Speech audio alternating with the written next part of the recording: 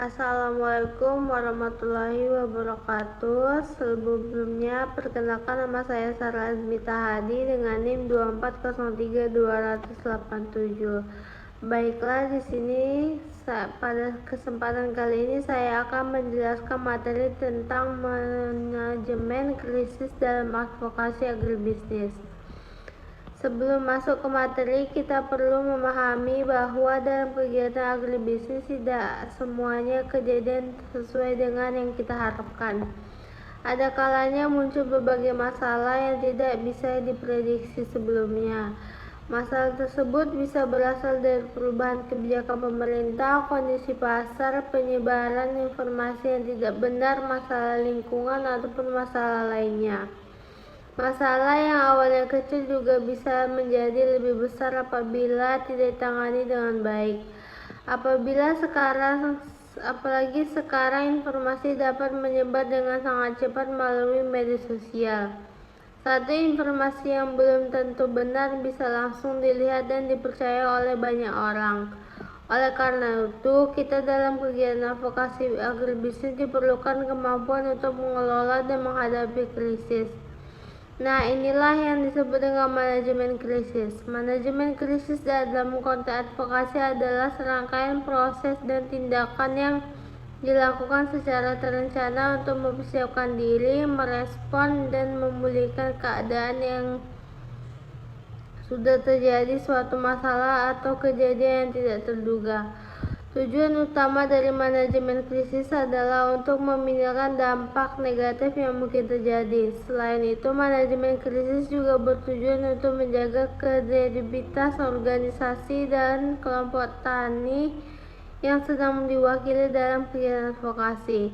Jadi ketika terjadi suatu krisis, kita tidak boleh langsung panik atau mengambil keputusan secara sembarangan. Kita harus mengetahui terlebih dahulu apa masalahnya, dari mana sumbernya, siapa saja yang terdampak, dan bagaimana cara yang tepat untuk menyelesaikannya. Dalam kondisi tertentu, krisis juga sebenarnya bisa menjadi peluang, misalnya ketika terjadi kesalahpahaman atau muncul informasi yang salah mengenai suatu komoditas pertanian. Pihak yang melakukan advokasi dapat menggunakan kesempatan tersebut untuk memberikan edukasi kepada masyarakat. Dengan memberikan informasi yang benar dan berdasarkan fakta, masyarakat bisa menjadi lebih paham terhadap kondisi yang sebenarnya. Jadi krisis tidak hanya dipandang sebagai masalah, tetapi juga menjadi kesempatan untuk memperbaiki komunikasi dan meningkatkan kepercayaan masyarakat. Selanjutnya kita masuk ke contoh krisis dalam advokasi agribisnis. Contoh yang pertama adalah berita hoax mengenai harga panen. Misalnya, pada informasi yang terberedar di media sosial bahwa harga beras akan naik secara drastis dalam waktu dekat. Padahal informasi tersebut belum tentu benar dan tidak berdasarkan data yang jelas. Ketika masyarakat menerima informasi tersebut, bisa saja mereka langsung panik dan membeli beras dalam jumlah banyak. Akibatnya permintaan meningkat secara tiba-tiba dan kos di pasar bisa menjadi tidak stabil. Dalam situasi seperti ini, kelompok advokasi petani juga dapat terkena dampaknya. Petani bisa saja dianggap sebagai penyebab kenaikan harga pangan, padahal sebenarnya masalah tersebut berasal dari informasi yang tidak benar. Oleh karena itu, diperlukan klarifikasi dan penyampaian informasi berdasarkan fakta agar masyarakat tidak salah memahami kondisi yang sebenarnya. Contoh kedua adalah kebijakan pemerintah yang tiba-tiba, misalnya larangan ekspor atau impor terhadap komoditas tertentu. Kebijakan ini dapat memberikan dampak yang cukup besar bagi pelaku agribisnis. Misalnya, jika suatu komoditas tidak dapat diekspor, maka petani atau pengusaha yang sebelumnya mengadakan pasar luar negeri bisa mengalami kerugian. Berikut juga, jika pemerintah melarang impor atau produk pertanian, hal itu dapat mengurangi ketersediaan bahan baku, harga produk, dan kegiatan produksi. Dalam kondisi seperti ini, organisasi atau kelompok advokasi harus mampu menyampaikan aspirasi dari pihak yang berdampak. Mereka harus melakukan komunikasi dengan baik dan dengan pemerintah dan pihak terkait lainnya agar kebijakan yang dibuat dapat mempertimbangkan kondisi petani dan perilaku agribisnis. Contoh selanjutnya adalah pencemaran nama baik atas suatu komoditas. Misalnya ada satu komoditas pertanian yang dituduh memiliki dampak buruk terhadap lingkungan atau kesehatan. Namun tuduhan tersebut tidak didukung oleh bukti ilmiah yang kuat dan kemudian menyebar luas melalui media. Hal ini tentu dapat merugikan produsen atau petani yang bertanggung pada komoditas tersebut. Dalam menghadapi masalah seperti ini, pihak yang melakukan advokasi harus memberikan penjelasan berdasarkan data dan bukti yang dapat dipercaya. Tujuannya agar masyarakat tidak langsung mempercayai informasi yang belum terbukti sebenarnya. Selain itu, krisis juga dapat terjadi karena kegagalan program pertanian dalam skala besar. Misalnya, ada sebuah program pertanian yang sebelumnya diharapkan dapat meningkatkan produksi dan kesejahteraan masyarakat, tetapi ternyata mengalami kegagalan dan menimbulkan kerugian. Dalam kondisi tersebut, pihak yang sebelumnya mendukung program tersebut bisa mengalami krisis kepercayaan. Masyarakat mungkin mulai mempertanyakan apakah program tersebut memang sudah direncanakan dengan baik atau tidak. Contoh lainnya adalah serangan personal terhadap tokoh advokasi. Seorang tokoh yang aktif menyuarakan kepentingan petani bisa saja mendapat tuduhan atau serangan pribadi yang tidak benar. Jika masalah ini tidak ditangani dengan baik, bukan hanya tokoh tersebut yang terkena dampak, tetapi juga dapat melemahkan kegiatan advokasi secara keseluruhan. Dari beberapa contoh tersebut, kita dapat melihat bahwa krisis dalam advokasi bisnis bisa muncul dalam berbagai bentuk. Krisis bisa berasal dari informasi yang salah, kebijakan pemerintah, masalah citra atau komunitas, kegagalan program, bahkan serangan terhadap individu. Karena itu, manajemen krisis menjadi hal yang penting dalam kegiatan advokasi agribisnis. Dengan adanya manajemen krisis, kita dapat mempersiapkan langkah-langkah yang tepat untuk menghadapi masalah. Yang paling penting adalah ketika menghadapi krisis, kita harus tetap tenang, mencari fakta yang sebenarnya, dan tidak langsung menyebarkan informasi yang belum terbukti sebenarnya. Jadi dapat disimpulkan bahwa manajemen krisis bukan hanya tentang bagaimana cara menyelesaikan masalah setelah krisis terjadi, tapi juga bagaimana kita mempersiapkan diri, mendeteksi masalah sejak awal, dan mencegah agar masalah tersebut tidak semakin besar. Nah, setelah mengetahui pengertian dan contoh krisis dalam advokasi agribisnis, selanjutnya kita akan membahas mengenai strategi yang dapat dilakukan untuk menghadapi penolakan, ancaman, dan misinformasi.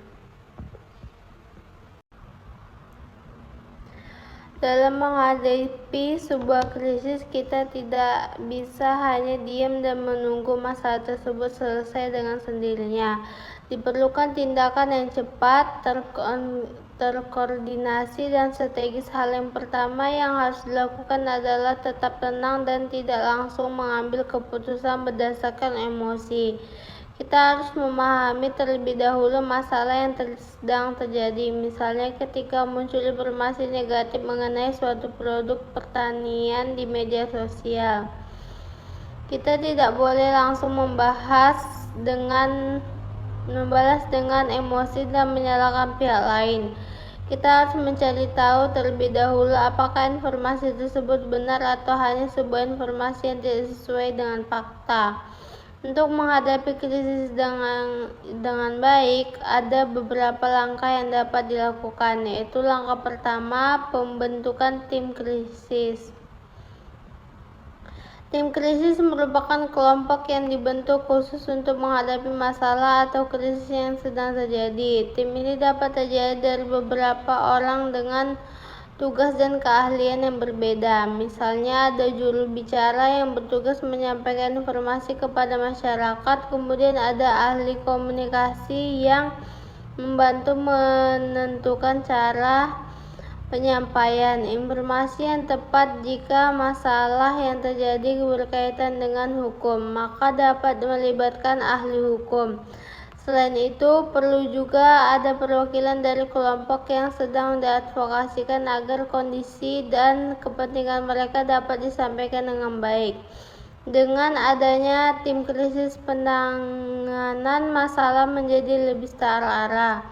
Setiap anggota memiliki tugas masing-masing sehingga tidak semua orang memberikan pernyataan sendiri-sendiri. Hal ini sangat penting karena jika terlalu banyak orang yang memberikan pernyataan yang berbeda, masyarakat bisa menjadi bingung dan justru semakin tidak percaya. Oleh karena itu, tim krisis harus memiliki kewenangan untuk mengambil keputusan dengan cepat. Hal ini karena dalam menghadapi krisis, waktu sangat penting. Langkah kedua adalah pemantauan dan deteksi diri. Pemantauan dilakukan untuk mengetahui apakah ada isu negatif, informasi yang salah, atau ancaman yang mulai muncul. Saat ini, pemantauan tidak hanya dilakukan melalui media massa seperti televisi, radio, atau surat kabar. Media sosial juga salah satu tempat yang sangat penting untuk dipantau. Hal ini karena informasi di media sosial dapat menyebar dengan sangat cepat. Sebuah informasi yang awalnya hanya dibagikan oleh satu orang bisa menyebar ke banyak orang hanya dalam waktu singkat. Oleh karena itu, organisasi atau kelompok advokasi harus aktif memantau berbagai media untuk mengetahui perkembangan suatu isu. Misalnya, jika ada informasi negatif tentang petani atau suatu komoditas pertanian, kita harus segera mengetahuinya. Dengan begitu, kita dapat menentukan apakah informasi tersebut perlu diklarifikasi atau tidak. Deteksi ini sangat penting karena semakin cepat suatu masalah diketahui, maka semakin besar kemungkinan masalah tersebut dapat dikendalikan. Misalnya, sebuah berita hoaks baru dilihat oleh beberapa orang. Jika langsung dilakukan klarifikasi dengan fakta yang benar, kemungkinan informasi tersebut menyebar lebih luas dapat dikurangi.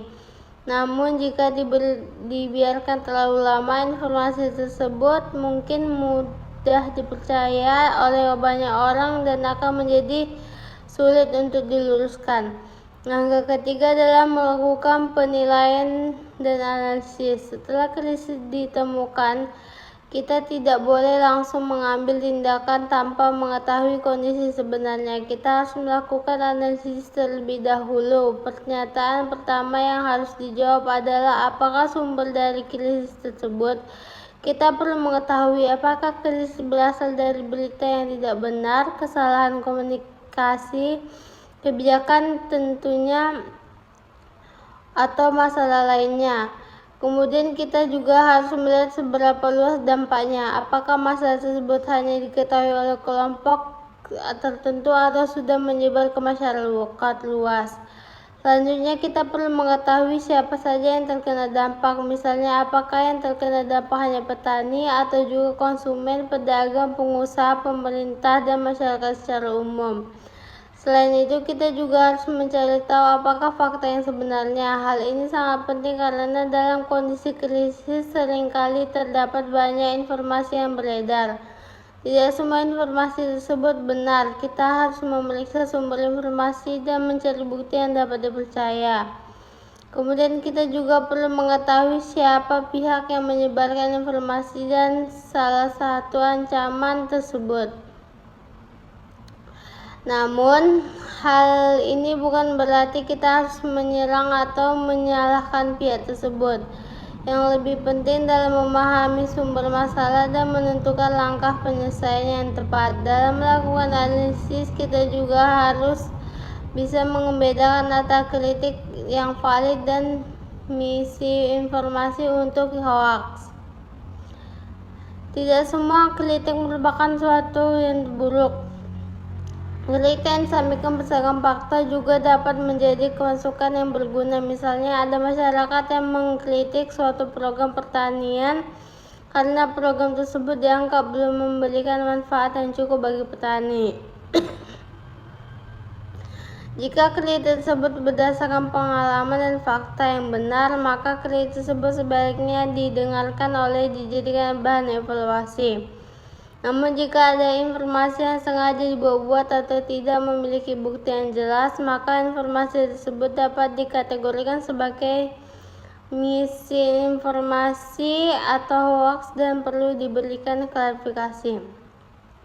Jadi dalam menghadapi krisis kita harus mampu bersikap objektif.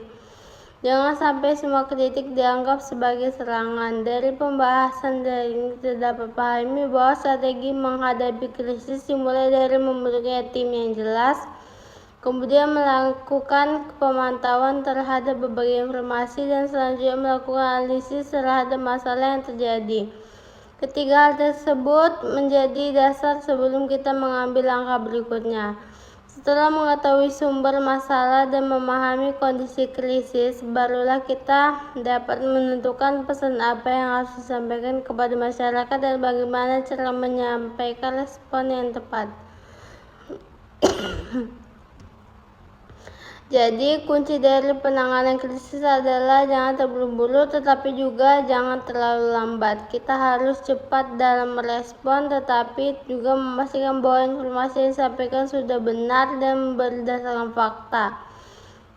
Nah, setelah kita mengetahui strategi dalam menghadapi krisis, selanjutnya kita akan membahas tentang pengembangan pesan kunci dan bagaimana cara memberikan respon yang cepat dan tepat ketika terjadi krisis.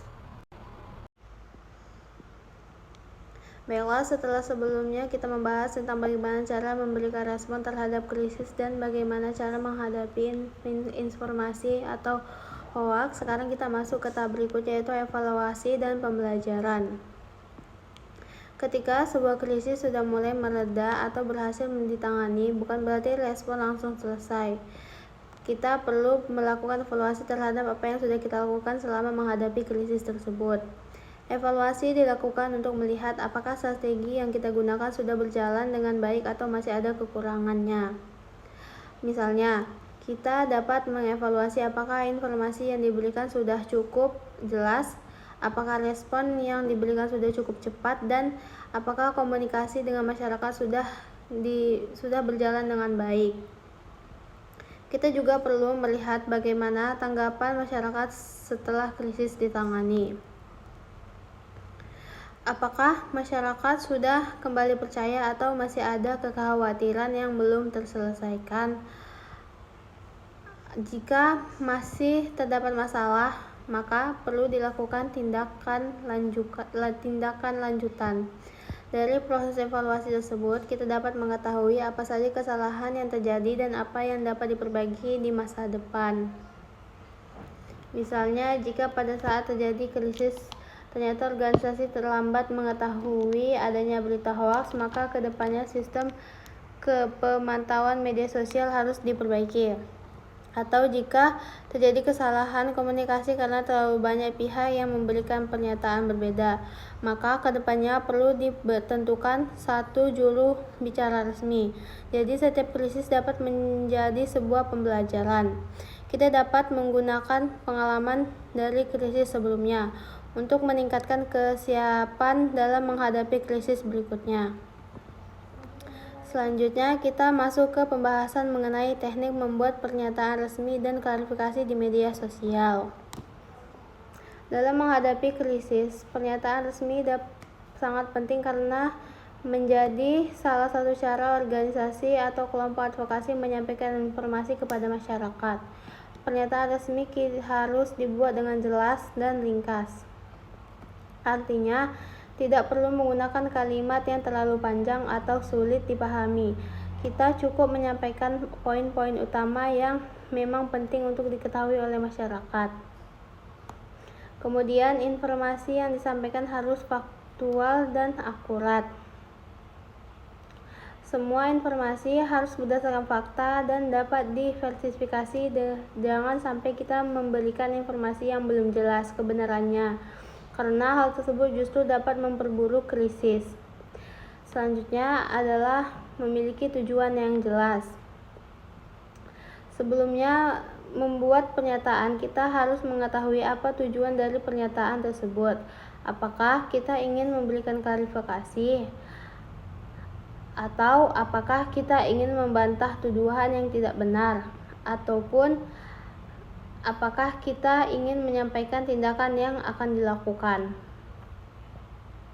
Tujuan tersebut harus jelas agar informasi yang disampaikan tidak membingungkan masyarakat.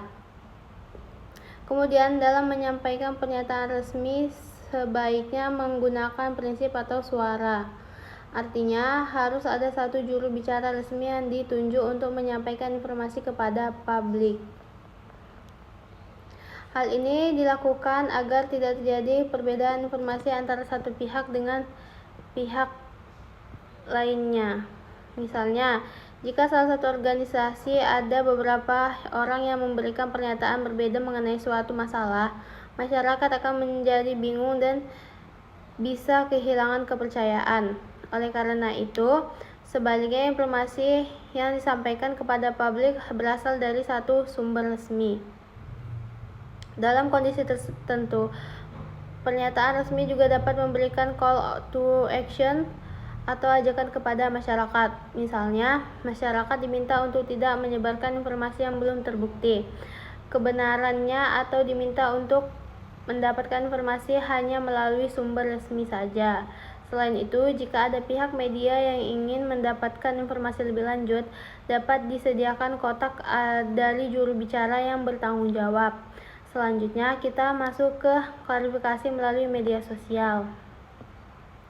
Media sosial memiliki peran yang sangat penting dalam kondisi krisis karena informasi dapat menyebar dengan sangat cepat. Oleh karena itu, ketika terjadi krisis di media sosial, kita harus memberikan respon dengan cepat dan responsif. Namun sekali lagi, cepat bukan berarti terburu-buru. Informasi yang disampaikan tetap harus benar dan sudah diperiksa terlebih dahulu. Kemudian kita juga menggunakan bahasa yang tepat.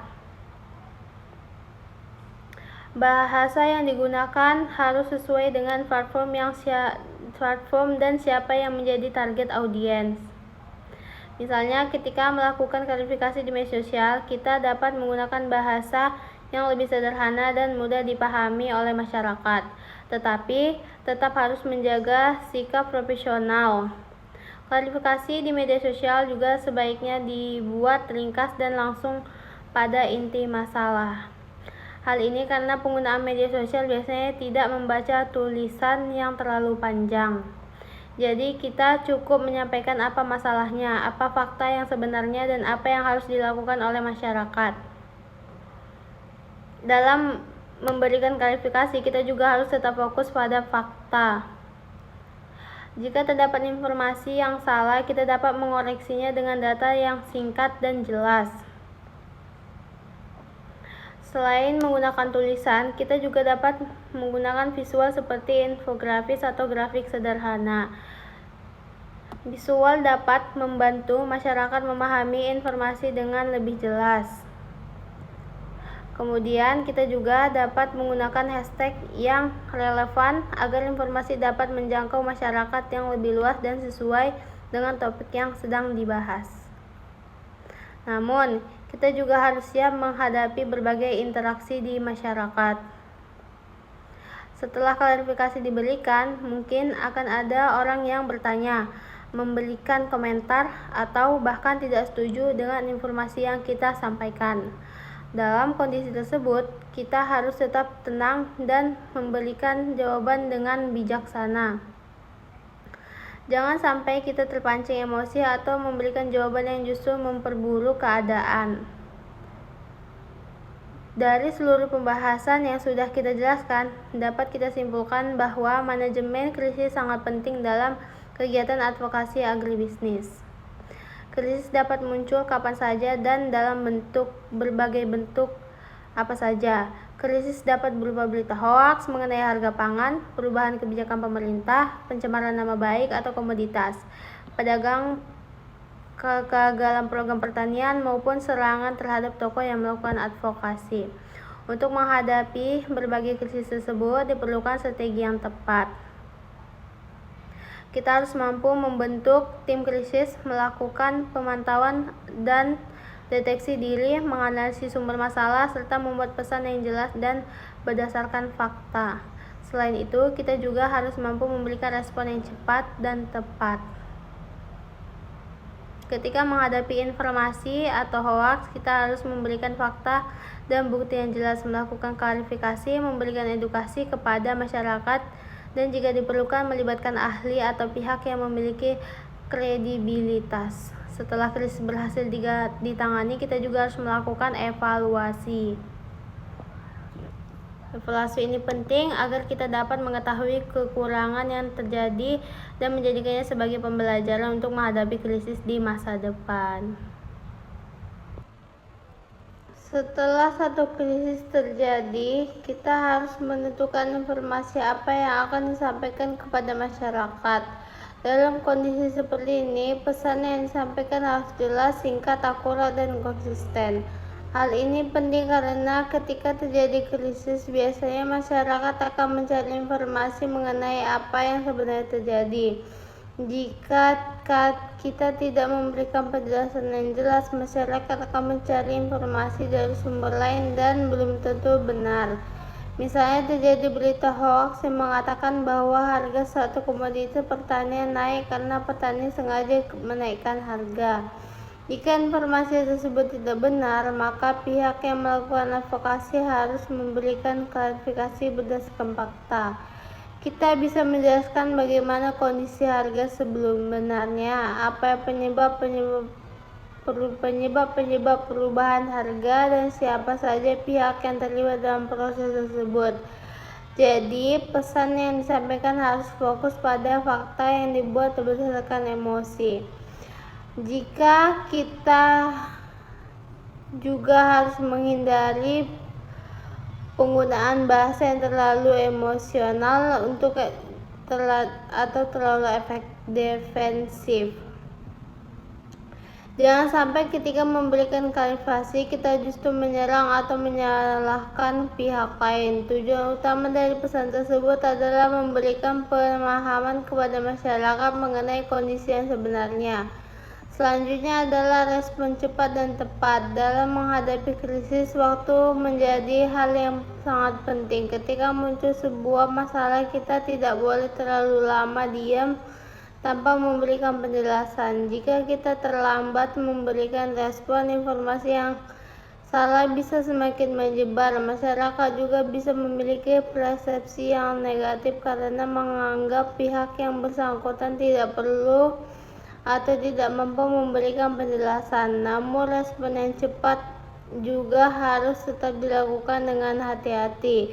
Cepat bukan berarti kita langsung memberikan pernyataan tanpa mengetahui fakta yang sebenarnya. Sebelum memberikan informasi, kita harus memastikan bahwa informasi tersebut sudah benar.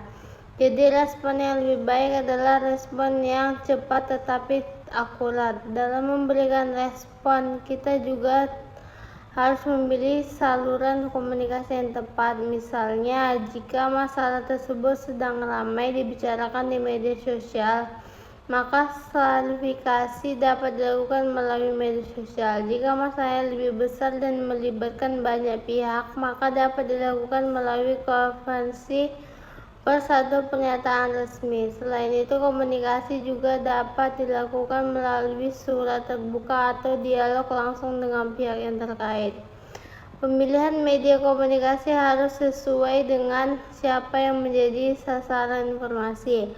Selanjutnya adalah transparansi. Dalam menghadapi krisis, kita terus berusaha bersikap terbuka dan jujur. Sejauh informasi tersebut memang dapat disampaikan kepada publik, transparansi sangat penting untuk menjaga kepercayaan masyarakat. Jika memang terdapat kesalahan atau masalah, kita tidak perlu menutup-nutupinya. Kita dapat menjelaskan apa yang sebenarnya terjadi dan menyampaikan langkah apa yang akan dilakukan untuk memperbaiki keadaan. Selain toleransi, kita juga perlu menunjukkan empati. Artinya kita harus memahami kekhawatiran masyarakat atau pihak-pihak yang terdampak oleh krisis. Misalnya, jika suatu kebijakan menyebabkan petani mengalami kerugian, maka pihak yang melakukan advokasi harus memahami kondisi petani tersebut dan menyampaikan aspirasi mereka kepada pihak yang berwenang. Dengan menunjukkan empati, komunikasi yang dilakukan akan terasa lebih manusiawi dan masyarakat akan merasa bahwa kepentingan mereka benar-benar diperhatikan. Kemudian dalam memberikan respon, kita juga harus fokus pada solusi. Jangan hanya menjelaskan bagaimana masalah atau mencari siapa yang salah. Kita juga harus menyampaikan apa langkah yang akan dilakukan untuk mengatasi masalah tersebut. Misalnya, jika terjadi kesalahan informasi mengenai harga pangan, maka solusi dapat berupa memberikan data harga yang sebenarnya, melakukan edukasi kepada masyarakat, dan bekerja sama dengan pihak terkait untuk memastikan informasi yang beredar dapat dipercaya. Selanjutnya kita masuk ke pembahasan mengenai cara melawan informasi atau hoaks. Informasi atau hoaks dapat memberikan dampak yang cukup besar terhadap kegiatan agribisnis. Informasi yang salah dapat mengaruhi kepercayaan masyarakat terhadap petani, produk pertanian, bahkan terhadap organisasi yang melakukan advokasi.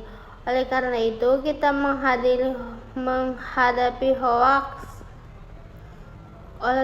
Ketika menghadapi hoaks, langkah pertama adalah dapat dilakukan dan memberikan fakta yang bukti. Informasi yang benar harus disertai dengan data atau bukti yang konkret. Dengan begitu, masyarakat dapat membandingkan antara informasi yang salah dan fakta yang sebenarnya. Kemudian dilakukan klarifikasi. Klarifikasi harus dilakukan dengan tegas tetapi tetap menggunakan bahasa sopan dan tidak emosional. Misalnya, jika ada informasi yang mengatakan bahwa suatu produk pertanian berbahaya, maka kita harus memberikan penjelasan berdasarkan hasil penelitian atau data yang dapat dipercaya. Selanjutnya adalah melakukan edukasi kepada masyarakat. Edukasi diperlukan agar masyarakat menjadi lebih kritis dalam menerima informasi. Masyarakat juga dibiasakan untuk menerima sumber informasi terlebih dahulu sebelum mempercayai atau menyebarkan. Hal ini terjadi semakin penting karena saat ini media sosial membuat informasi dapat menyebar dengan sangat cepat. Selain itu, jika informasi yang sudah disebarkan melalui platform tertentu, kita juga dapat melakukan informasi tersebut kepada pihak yang platform atau pihak yang berwenang. Tujuannya agar informasi yang melanggar atau aturan merugikan pihak tertentu dapat ditindaklanjuti. Kita juga dapat melibatkan influencer, ahli, atau orang yang memiliki kredibilitas untuk membantu menyebarkan informasi yang benar. Misalnya, jika terjadi hoaks mengenai suatu komoditi pertanian, seorang ahli pertanian atau akademis dapat membantu menjelaskan kondisi berdasarkan ilmu dan data yang dimiliki. Dengan begitu, masyarakat akan mudah percaya karena informasi tersebut disampaikan oleh pihak yang memiliki pengetahuan dan kredibilitas. Jadi, dapat disimpulkan bahwa dalam menghadapi krisis, komoditas menjadi salah satu hal yang penting. Pesan yang disampaikan harus jelas, cepat, akurat, terpasari, dan berpotensi pada solusi. Sedangkan untuk menghadapi hoaks, bukti, memberikan klarifikasi, melakukan edukasi kepada masyarakat, serta melibatkan pihak yang memiliki kredibilitas. Dengan cara tersebut dihadirkan dampak dari krisis dapat dikurangi dan kepercayaan masyarakat tetap terjaga. Selanjutnya, setelah krisis berhasil ditangani, kita tidak boleh langsung menganggap bahwa semuanya sudah seleksi. Kita perlu melakukan evaluasi untuk melihat bagaimana proses penanganan krisis yang sudah dilakukan. Baiklah, setelah sebelumnya kita membahas tentang bagaimana cara memberikan respon terhadap krisis dan bagaimana cara menghadapi informasi atau hoax. Sekarang kita masuk ke tahap berikutnya, yaitu evaluasi dan pembelajaran. Ketika sebuah krisis sudah mulai mereda atau berhasil ditangani, bukan berarti respon langsung selesai. Kita perlu melakukan evaluasi terhadap apa yang sudah kita lakukan selama menghadapi krisis tersebut. Evaluasi dilakukan untuk melihat apakah strategi yang kita gunakan sudah berjalan dengan baik atau masih ada kekurangannya. Misalnya, kita dapat mengevaluasi apakah informasi yang diberikan sudah cukup jelas, apakah respon yang diberikan sudah cukup cepat, dan apakah komunikasi dengan masyarakat sudah berjalan dengan baik. Kita juga perlu melihat bagaimana tanggapan masyarakat setelah krisis ditangani. Apakah masyarakat sudah kembali percaya atau masih ada kekhawatiran yang belum terselesaikan? Jika masih terdapat masalah, maka perlu dilakukan tindakan lanjutan. Dari proses evaluasi tersebut, kita dapat mengetahui apa saja kesalahan yang terjadi dan apa yang dapat diperbaiki di masa depan. Misalnya, jika pada saat terjadi krisis ternyata organisasi terlambat mengetahui adanya berita hoaks, maka kedepannya sistem pemantauan media sosial harus diperbaiki. Atau jika terjadi kesalahan komunikasi karena terlalu banyak pihak yang memberikan pernyataan berbeda, maka kedepannya perlu ditentukan satu juru bicara resmi. Jadi setiap krisis dapat menjadi sebuah pembelajaran. Kita dapat menggunakan pengalaman dari krisis sebelumnya untuk meningkatkan kesiapan dalam menghadapi krisis berikutnya. Selanjutnya, kita masuk ke pembahasan mengenai teknik membuat pernyataan resmi dan klarifikasi di media sosial. Dalam menghadapi krisis, pernyataan resmi sangat penting karena menjadi salah satu cara organisasi atau kelompok advokasi menyampaikan informasi kepada masyarakat. Pernyataan resmi harus dibuat dengan jelas dan ringkas. Artinya, tidak perlu menggunakan kalimat yang terlalu panjang atau sulit dipahami. Kita cukup menyampaikan poin-poin utama yang memang penting untuk diketahui oleh masyarakat. Kemudian, informasi yang disampaikan harus faktual dan akurat. Semua informasi harus berdasarkan fakta dan dapat diverifikasi. Jangan sampai kita memberikan informasi yang belum jelas kebenarannya, karena hal tersebut justru dapat memperburuk krisis. Selanjutnya adalah memiliki tujuan yang jelas.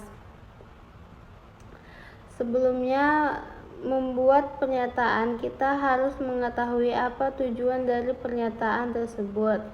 Apakah kita ingin memberikan klarifikasi? Atau apakah kita ingin membantah tuduhan yang tidak benar? Ataupun apakah kita ingin menyampaikan tindakan yang akan dilakukan? Tujuan tersebut harus jelas agar informasi yang disampaikan tidak membingungkan masyarakat. Kemudian, dalam menyampaikan pernyataan resmi, sebaiknya menggunakan prinsip atau suara. Artinya, harus ada satu juru bicara resmi yang ditunjuk untuk menyampaikan informasi kepada publik. Hal ini dilakukan agar tidak terjadi perbedaan informasi antara satu pihak dengan pihak lainnya. Misalnya, jika salah satu organisasi ada beberapa orang yang memberikan pernyataan berbeda mengenai suatu masalah, masyarakat akan menjadi bingung dan bisa kehilangan kepercayaan. Oleh karena itu, sebaliknya informasi yang disampaikan kepada publik berasal dari satu sumber resmi. Dalam kondisi tertentu, pernyataan resmi juga dapat memberikan call to action atau ajakan kepada masyarakat. Misalnya, masyarakat diminta untuk tidak menyebarkan informasi yang belum terbukti kebenarannya atau diminta untuk mendapatkan informasi hanya melalui sumber resmi saja.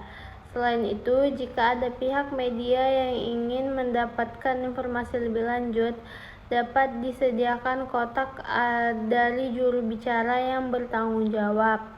Selanjutnya, kita masuk ke klarifikasi melalui media sosial. Media sosial memiliki peran yang sangat penting dalam kondisi krisis karena informasi dapat menyebar dengan sangat cepat. Oleh karena itu, ketika terjadi krisis di media sosial, kita harus memberikan respon dengan cepat dan responsif. Namun sekali lagi, cepat bukan berarti terburu-buru. Informasi yang disampaikan tetap harus benar dan sudah diperiksa terlebih dahulu. Kemudian kita juga menggunakan bahasa yang tepat. Bahasa yang digunakan harus sesuai dengan platform dan siapa yang menjadi target audiens. Misalnya, ketika melakukan klarifikasi di media sosial, kita dapat menggunakan bahasa yang lebih sederhana dan mudah dipahami oleh masyarakat, tetapi tetap harus menjaga sikap profesional. Klarifikasi di media sosial juga sebaiknya dibuat ringkas dan langsung pada inti masalah.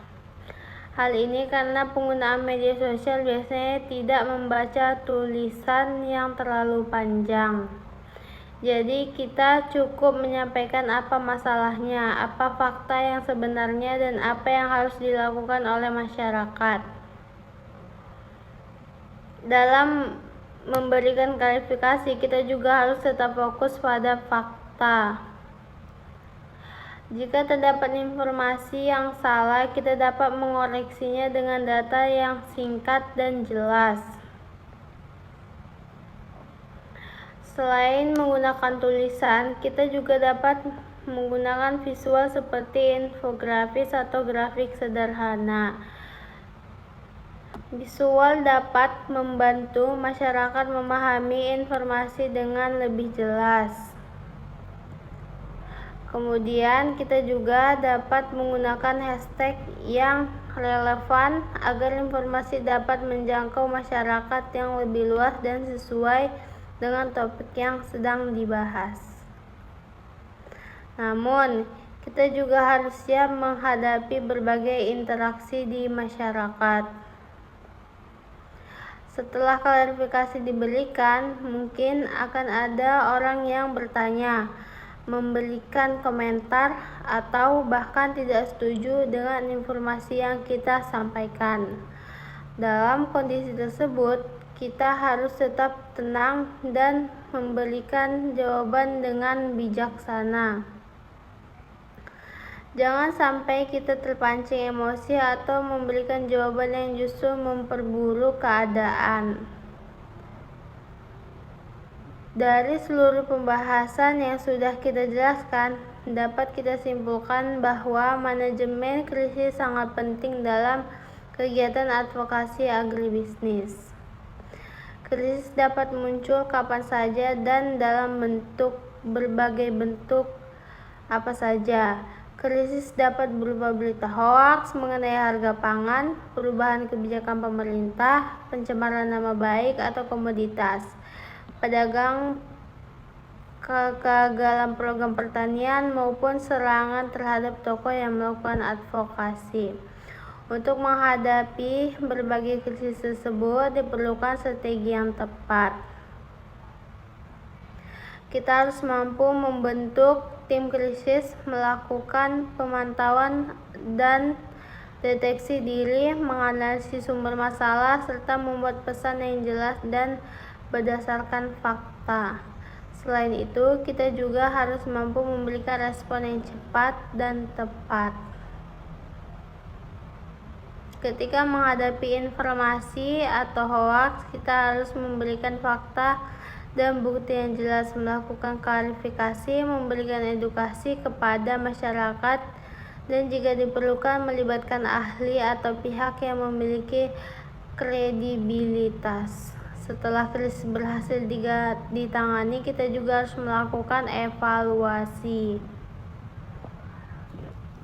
Evaluasi ini penting agar kita dapat mengetahui kekurangan yang terjadi dan menjadikannya sebagai pembelajaran untuk menghadapi krisis di masa depan. Selanjutnya, untuk lebih memahami materi tentang manajemen krisis dalam advokasi agribisnis, saya akan membahas sebuah studi kasus mengenai penyebaran informasi hoaks tentang kenaikan harga beras. Dalam studi kasus ini, kita akan melihat bagaimana sebuah informasi yang belum tentu benar dapat menimbulkan masalah bagi masyarakat, petani, pedagang, dan juga pihak-pihak yang melakukan advokasi. Kita misalkan terjadi sebuah situasi di mana beredar informasi melalui media sosial yang mengatakan bahwa harga beras akan mengalami kenaikan yang sangat tinggi. Dalam waktu dekat, informasi tersebut kemudian menyebar dengan cepat melalui WhatsApp, Facebook, TikTok, dan media sosial lainnya. Banyak masyarakat yang langsung mempercayai informasi tersebut tanpa mencari tahu terlebih dahulu apakah berita tersebut benar atau tidak. Karena kekhawatiran harga beras akan semakin mahal, masyarakat mulai membeli beras dalam jumlah yang lebih banyak dari biasanya. Akibatnya, permintaan beras di beberapa tempat mengalami peningkatan secara tiba-tiba. Di sisi lain, pedagang juga mulai khawatir. Ada sebagian pedagang yang kemudian menaikkan harga jual karena menganggap harga beras memang akan mengalami kenaikan. Situasi ini akhirnya membuat masyarakat semakin panik. Masyarakat menjadi lebih besar karena muncul anggapan bahwa kenaikan harga tersebut disebabkan oleh petani yang sengaja menaikkan harga beras. Padahal petani sebenarnya tidak memiliki kendali penuh terhadap harga yang dibayarkan oleh konsumen. Harga beras dipengaruhi oleh banyak faktor, mulai dari biaya produksi, harga pupuk, biaya transportasi, kondisi pasokan, proses distribusi, hingga harga yang ditentukan di tingkat pedagang. Akibat informasi yang tidak benar tersebut, petani dan kelompok tani mulai mendapatkan komentar negatif dari masyarakat. Beberapa orang bahkan menyalahkan petani karena dianggap hanya memikirkan keuntungan sendiri. Dalam kondisi seperti ini, kelompok advokasi petani mulai menghadapi sebuah krisis. Mereka harus menghadapi informasi yang salah sekaligus menjadi nama baik kepentingan petani. Jika kelompok advokasi tersebut tidak memberikan respon, informasi yang salah mungkin akan menjadi semakin menyebar. Namun, jika mereka memberikan respon secara emosional, masalah juga bisa menjadi semakin besar. Oleh karena itu, langkah pertama yang harus dilakukan adalah membentuk tim krisis. Tim ini dapat terdiri dari perwakilan kelompok tani, juru bicara, ahli komunikasi, dan jika diperlukan ahli yang memahami kondisi pasar pangan. Tim tersebut kemudian melakukan pemantauan terhadap informasi yang beredar di media sosial. Mereka mencari tahu dari mana informasi tersebut berasal dan bagaimana informasi tersebut bisa menyebar. Setelah dilakukan pemeriksaan, ternyata informasi mengenai kenaikan harga beras yang sangat tinggi tersebut tidak memiliki sumber resmi dan tidak didukung oleh data yang jelas. Dari sini kita dapat diketahui bahwa masalah utama bukan hanya kenaikan harga, tetapi juga adanya informasi yang tidak benar dan membuat masyarakat menjadi panik. Setelah mengetahui fakta tersebut, tim advokasi kemudian melakukan analisis. Mereka melihat siapa yang terkena dampak dari informasi tersebut. Masyarakat menjadi panik, pedagang menjadi khawatir, dan pendapatan tuduhan negatif. Dan kondisi pasar menjadi tidak stabil. Setelah melakukan analisis, tim kemudian melakukan strategi komunikasi. Mereka tidak langsung menyalahkan pihak yang menyebarkan informasi, sebaliknya mereka membuat pesan yang berisi fakta yang menjelaskan mengenai kondisi harga beras yang sebenarnya. Pesan tersebut kemudian disampaikan melalui media sosial dan juga melalui pernyataan resmi. Dalam pernyataan tersebut dijelaskan bahwa informasi mengenai kenaikan harga beras yang beredar belum memiliki dasar yang jelas. Selain itu, masyarakat juga diberikan edukasi agar tidak langsung mempercayai informasi yang diterima melalui media sosial. Masyarakat diminta untuk memeriksa sumber informasi terlebih dahulu dan mendapatkan informasi mengenai harga pangan dari sumber yang terpercaya.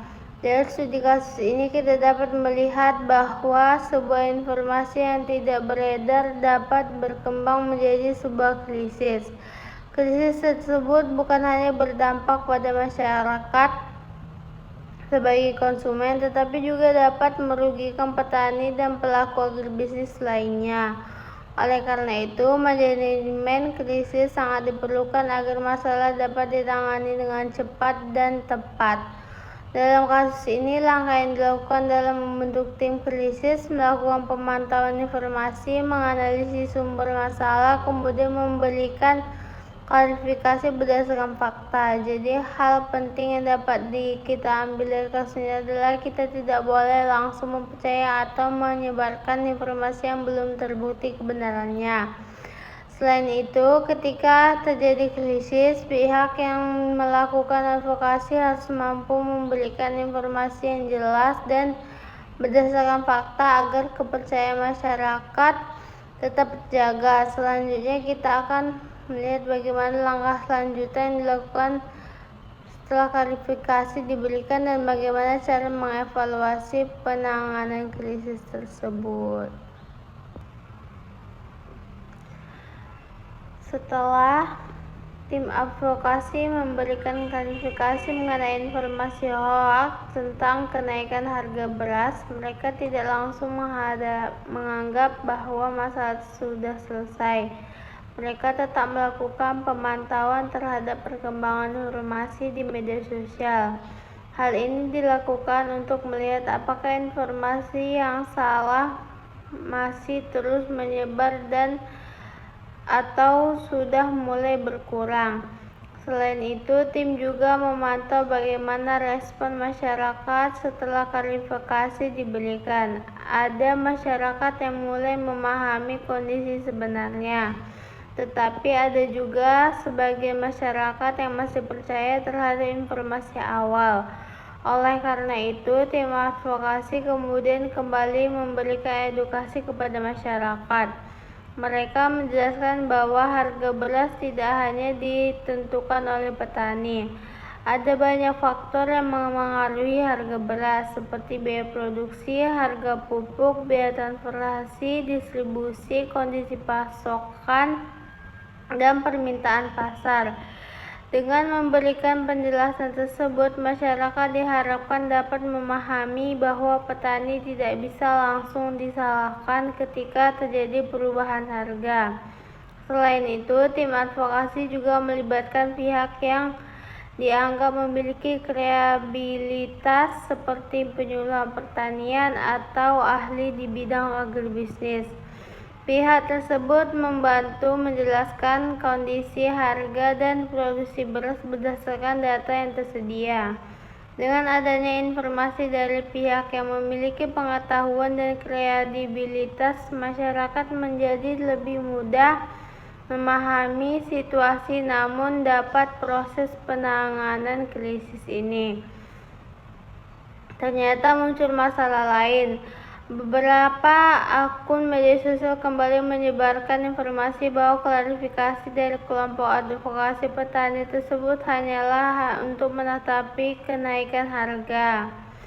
Tetapi informasi tersebut kembali mendapatkan banyak komentar dan dibagikan oleh masyarakat. Dalam kondisi ini, tim advokasi tidak boleh langsung terpancing emosi. Mereka harus kembali melakukan pengecekan terhadap informasi tersebut. Jika informasi yang beredar memang tidak benar, maka klarifikasi dapat kembali diberikan. Namun klarifikasi harus tetap dilakukan secara profesional dan tidak menyerang pihak tertentu.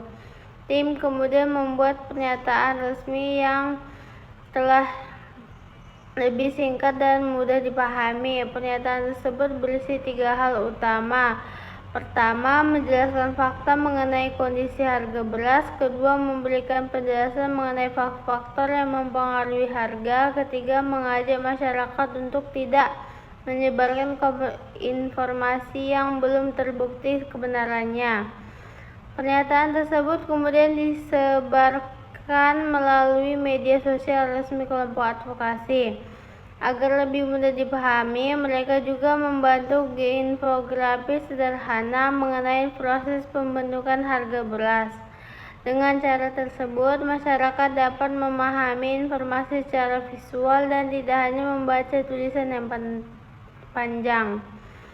Setelah beberapa waktu, penyebaran informasi hoaks mulai berkurang. Masyarakat mulai mendapatkan informasi yang lebih jelas dan tidak lagi menyalahkan petani secara langsung. Kondisi ini menunjukkan bahwa strategi manajemen krisis yang dilakukan mulai memberikan hasil. Namun, setelah krisis selesai, tim advokasi tetap melakukan evaluasi. Mereka mengevaluasi bagaimana krisis tersebut bisa terjadi dan bagaimana cara mereka menghadapinya. Dari hasil evaluasi, mereka menemukan bahwa salah satu kelemahan mereka adalah kurangnya pemantauan terhadap media sosial. Mereka baru mengetahui adanya informasi hoaks setelah informasi tersebut menyebar cukup luas. Oleh karena itu, kedepannya mereka berencana membuat sistem pemantauan media sosial secara rutin. Mereka juga menunjukkan salah satu sebagai juru bicara resmi agar informasi yang disampaikan kepada masyarakat berasal dari satu sumber yang jelas. Selain itu, mereka juga membuat rencana manajemen krisis untuk menghadapi kemungkinan masalah serupa di masa depan. Dari studi kasus ini, kita dapat melihat bahwa manajemen krisis tidak hanya dilakukan ketika masalah sudah terjadi. Manajemen krisis juga harus dilakukan sebelum krisis terjadi, yaitu dengan melakukan persiapan dan deteksi dini. Ketika krisis terjadi, kita harus mampu merespon dengan cepat tetapi tetap berdasarkan fakta. Setelah krisis selesai, kita juga harus melakukan evaluasi agar kesalahan yang sama tidak terulang kembali. Jika kita hubungkan dengan materi yang telah dibahas sebelumnya, kasus ini menunjukkan beberapa tahapan penting dalam manajemen krisis. Tahapan pertama adalah mendeteksi krisis melalui pemantauan media. Tahapan kedua adalah penganalisis masalah untuk mengetahui sumber dan dampaknya. Tahap ketiga adalah membentukkan tim krisis untuk mengatur keuangan masalah.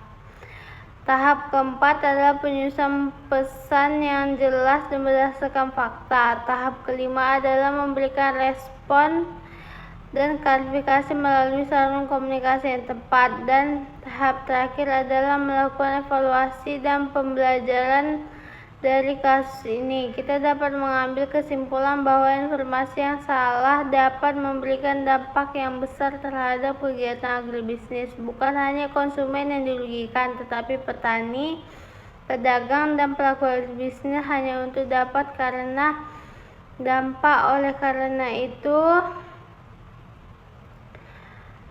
diperlukan kerjasama antara kelompok petani, organisasi advokasi, pemerintah, media, dan masyarakat untuk mencegah penyebaran informasi yang tidak benar.